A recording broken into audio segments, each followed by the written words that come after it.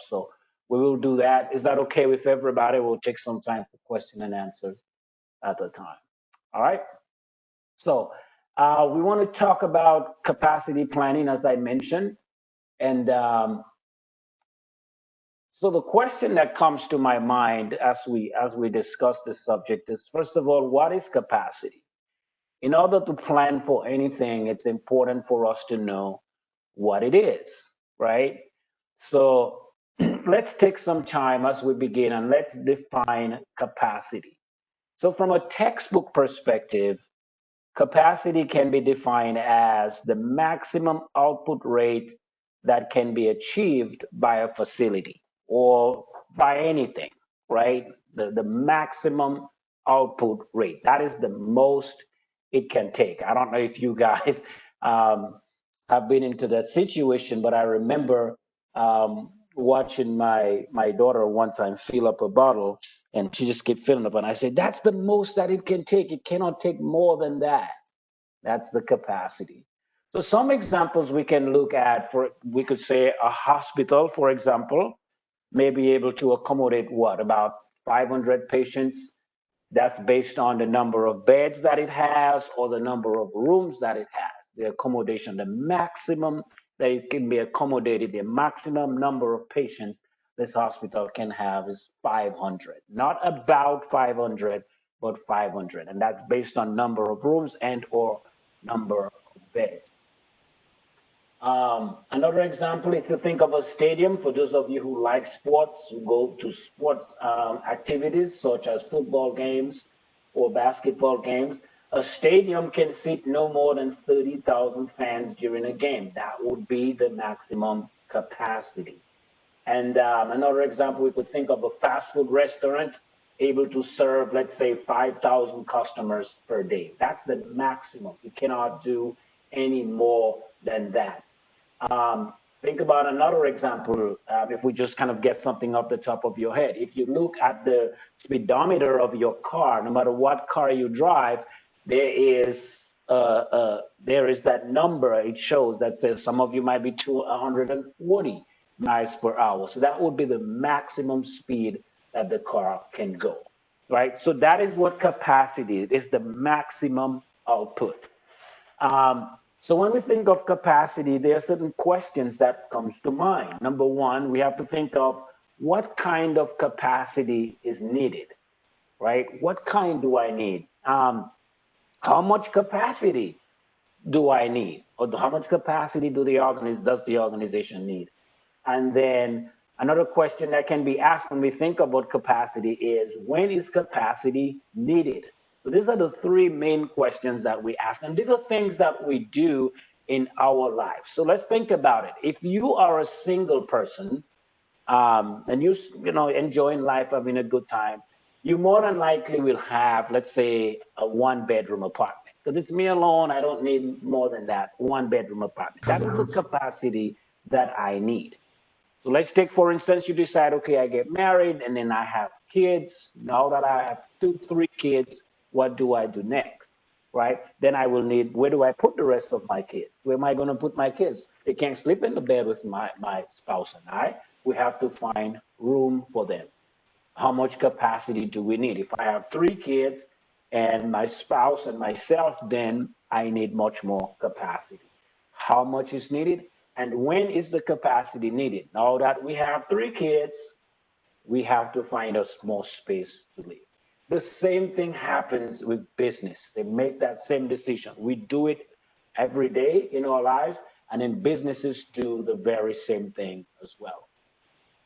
Let's talk a little bit about measuring capacity. Again, if you take the example that we use, and it's I try in my teachings, I tend to focus a lot of those concepts into more practical perspectives because I believe if we can understand those concepts from practical, applicable day-to-day terms, then it becomes easier for us to see how this applies to healthcare, how it applies to any industry that you are in, right? No matter what it is, any servicing, manufacturing, production company that you're in, because the concepts apply the very same way. So when we think of measuring capacity, because remember the thing about operations management It's all about measuring things. Efficiency, you have to measure how well you're doing, right? In order for you to know how well you're doing. So it's all concerned about efficiency and customer satisfaction. But in order for us to know how efficient we're doing as an organization, we have to measure somehow everything that we do.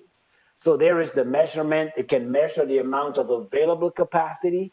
And number two, the organization can measure the effective use of its capacity. So we have to be able to know as an organization the amount of capacity we have available. Again, if we take back our example as a family, we have to know how much capacity we have, measure the amount. We have one bedroom, or we have three kids and a spouse and two spouse, right? A husband and a wife, or whatever spouse relationship we have, right? And then we have to measure the effective, how effective are we using that? So let's first of all talk about the amount of available capacity. How do we measure that? So two concepts that come into play, or three, but more precisely two, we think about design capacity. Again, design capacity is almost definitive as capacity itself. When we talk about what is capacity, design capacity is really the maximum output rate that can be achieved by a facility under ideal conditions. So if things are going well, like we have a stadium that can seat 30,000 people, so that's the design. That's what it was designed to accommodate. That's what it was designed to seat. I don't know how many of you guys have walked into a building and you see the sign that shows maximum capacity 500, right? Something like that. And then it's all done by the sheriff department and stuff like that. So that's what it's designed for. That's what your design is. But remember, under ideal conditions is critical. Out of design capacity, we have the concept of effective capacity. Effective capacity less than design capacity, it represents the maximum output rate that can be sustained, right? Design capacity achieved, effective capacity sustained under normal conditions. So think about it. I always look at it this way. If I have a car that's designed to go 120 miles per hour, I decide 120 miles per hour. That's the maximum. That's what it was designed to go. I decided that I'm going on a road trip. It's going to be highway all the way. The maximum speed on the highway has the sign speed limit 70 miles per hour, right? I can drive that effective capacity of 70 or 75 miles an hour, put my car in cruise control. That's normal conditions. I will get to where I'm going in X amount of time, right? But the third aspect we have there is actual output. That's the rate of output actually achieved. Did I drive from point A to point Z at 70 miles an hour all the time? No. Maybe I run into some traffic, have to turn off my cruise control and all of that good stuff. So three things when we measure capacity or the available capacity. We look at design capacity, how much we can achieve. We have effective capacity, how much can we sustain? Can we keep up at that rate, right? And then we have the actual output, which is exactly what we achieve. So here is an example of a Coke bottle. This is what capacity, plant design capacity, effective capacity, and actual capacity would look like. So the bottle all the way to the top, that's what it's designed to take. The effective capacity, that's probably where, okay, if the bottle is at that level, then we could say, yeah, I got me a good Coke bottle, right? I got a little more than I thought. And then the actual capacity is generally can be less than effective capacity as well. So when we think, so that's measuring the availability of capacity, how much capacity we have available. Another aspect is to measure how effective we are using our capacity. So for example, if as a head nurse, you have 25 staff and then you have 100 patients for the night, right? I'm putting a lot there. Then it's important for you to know how effective am I using my nurses, my capacity, so that my patients are getting the type of treatment that they have. If you're a manager of any organization, a production plant or anything of that stuff, it's important for you to know how effective are you using the space you have available, but also how effective are you using the employees that you have available so that you are getting the best out of them every day. All right. So when we think of measuring the effective use of capacity, we talk about measuring using efficiency and utilization. Both are expressed in percentage. Now, I don't want you guys to get caught up in this math concept. This is not a math oriented course, so you will barely get any type of math questions on your exam. But just remember, when we think of measuring, this is measured in percentage form. Efficiency is measured by dividing the actual output by the effective capacity, and then that's a percentage. Utilization calculates the actual output divided by the design capacity in a percentage form. Now, here's a major one. Capacity utilization tells us how much of its capacity an organization is actually using, how much of the space that we are using. So now that we've created that background of what capacity is, the next step as a manager is now I have to decide how am I going to plan my capacity? How am I going to take care of the space that I have and utilize it to its maximum use? How am I going to utilize the employees that have been assigned to me and ensure that I am getting the most out of them? Not that I'm slaving them, but I am getting the most out of them. They're satisfied, they're happy, they're not burned out and overworked. And that's where the idea of capacity planning comes into play. How do I plan, structure, organize the capacity that I have? So it's defined as the process of establishing the output rate that can be achieved by the facility. Capacity planning is used to determine whether there are sufficient resources in place to meet the production demand. And that's from, if we look at it from a production standpoint. If we look at it from a healthcare, for example, standpoint, it could be whether there are sufficient resources, that would be medication, beds, right, the operating machines, all of those equipments and nurses to meet the demand that we have. Or production demand would be the patients that we are serving. If you own a private practice, like let's say you own a CPA office or any of that sort, is how much are you using the resources that you have to meet the demand of your customers. And that's what capacity planning is all about. It is utilized in all industries, both for manufacturing and medical. From the medical standpoint, it's focused on estimating staff, beds, operating treatment rooms that will be needed over a particular time period. In manufacturing side, it represents the process of determining the maximum capacity to meet the demand for its products over a particular time period. So what do we get out of all of this? We're looking in perspective of maximizing what we have available. And I'm saying we because I want you guys to think from an operations manager's perspective. Think of it in terms of you functioning in the capacity of a managerial role within the organization and helping with the decision-making process. Or you are looking through the lens of the manager or the CEO, head manager of your organization, and be able to understand what is driving the decisions that they make. Why is it that I'm only assigned 8 employees instead of 15? Why am I assigned 15 employees instead of 5, right? That's part of the planning process. So the question is, why is capacity planning important? The statement responds, if a company does not plan its capacity correctly, it may find that it either does not have enough output capability to meet customer demands, or it has too much capacity sitting idle. So if the organization does not properly plan its capacity, there is a high possibility that you'll have staff coming to work and they have nothing to do. They're just chilling. There is nothing to do. If you effectively plan your capacity, then your staff will always have a sufficient amount of work for them to do. You will meet the production demands. You will meet your customer needs as well. So capacity planning essentially is important. So how does a manager, you as a manager, how do you follow and make capacity planning decisions. If this is important, then I have to have a process in place for me to make the right decisions to plan out my capacity.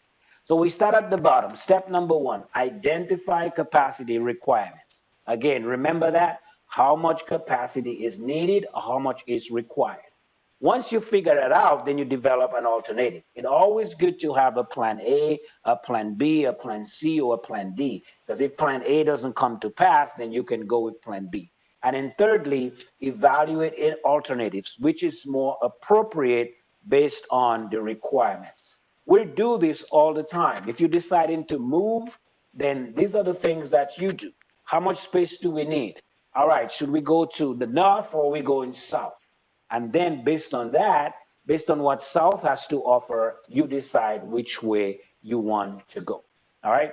So that brings us into facility location. Based on that decision making process, it brings us to where do we locate, right? If you are an aspiring business owner, you decide one day I want to start my own business, this will come to play as well because now that you know how many clients you want to serve per day, per week, per month, per year, you want to decide where am I going to put my business? Where am I going to locate? Where am I going to operate? Right? So, in facility location, you determine the best geographic location for your company's building or facility. That could require long-term commitments in buildings, right, which could be costly, or that could also require short-term commitments. It all depends on where you decide to locate and how long you want to be where you plan to be. It also requires sizable financial investments and can have a large impact on operating costs and revenues. So taking those into consideration, organizational managers have to ensure that they are making the right decisions on where to locate their organization. Where do we put our business? Where do we go and function and have our services available for customers? So here are some things or some factors that impacts that decision, right? Number one, proximity to sources of supply, right? So let's say you decide to open like a grocery store, right? How far will my grocery store be from the suppliers who are supplying groceries or products to me? If you are I'm giving you guys big positions. You decide uh, what can we come up with? I'm into healthcare, so I'm going to start off my own physical therapy office, right? I will have companies delivering machines to me and equipments that I need. How far do I want them to be from me, right? Am I going to locate in an area where it's going to take 20 hours for my suppliers to drop off supplies for me? I have to take that into consideration. Another thing to consider is proximity to customers. How far or how close do I want to be from customers? Proximity to sources of labor. Consider community considerations. Remember, we talk about if you were to relocate, you build your family, now you have a house of five instead of a house of one. Then you want to think of where do I want my kids to go to school? What type of neighborhood do I want to live in? I take all those into consideration. In a business perspective, it says, is this business welcomed in that location? Some states have regulations that would welcome certain businesses. I remember living in a town, in a certain state, and they would not welcome casinos. Casinos were not welcome into those places. So nobody could open a casino there.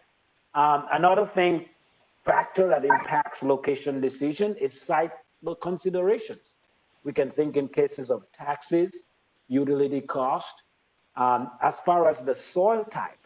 And last but not least, the quality of life issues. That is, remember, every business has a responsibility to its community, right? It has a responsibility to the environment as well. So, is that service going to provide a quality of life to the people that you're going to serve?